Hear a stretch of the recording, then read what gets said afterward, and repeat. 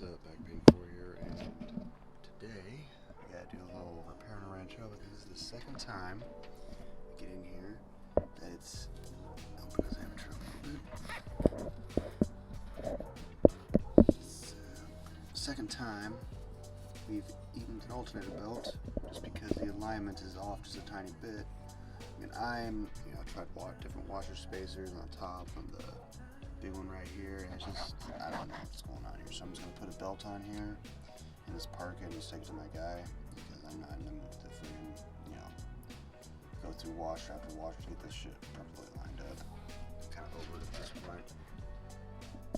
So honestly, the hardest part, my opinion about this, to get that belt on, you have to take off the power steering water pump belt.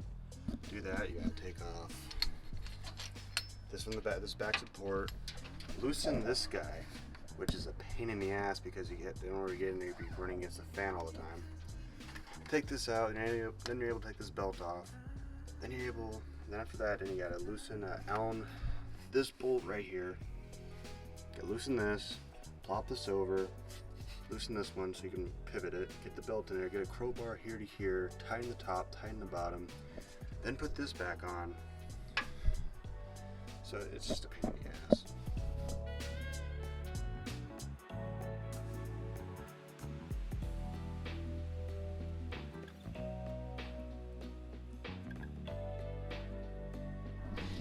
Alright, we got alternator belt on.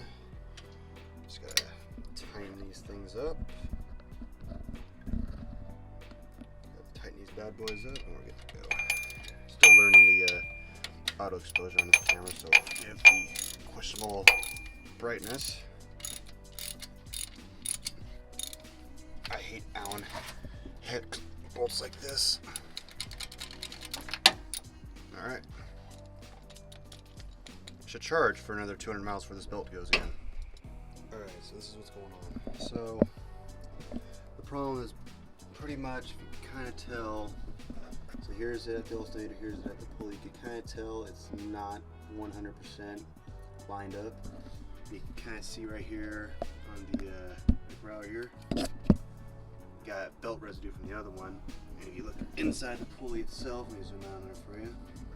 You see the other belt kind of just full sent itself. That was about 200 miles. So what I have to do, which I don't want to do, I'm going to have my shop do it because I don't want to see her. So I have to space out there, there, and here. That's just spaced out 3 spots. Get it perfectly lined up. I really just don't feel like messing with it.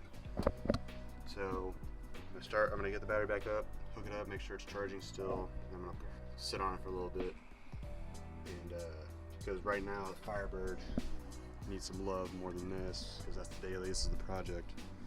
Firebird needs sway bars, and the steering rack is completely junk. So that's what's going on. Put this together, and we'll start her up.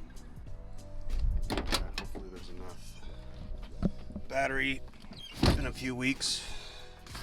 It was hooked up, but there's not drain in the system, and see there's enough battery for it to crank the life. So let's see what we got. 10 volts, that should be interesting.